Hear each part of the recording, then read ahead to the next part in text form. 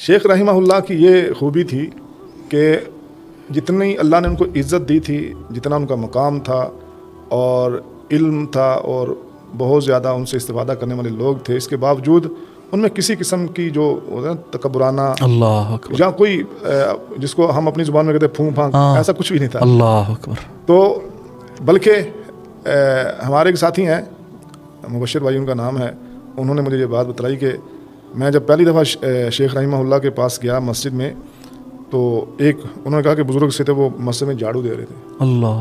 तो क्या हमने उनसे कहा कि शेख ज़ुबैर अली ज़ई रहिमहुल्लाह से मिलना है।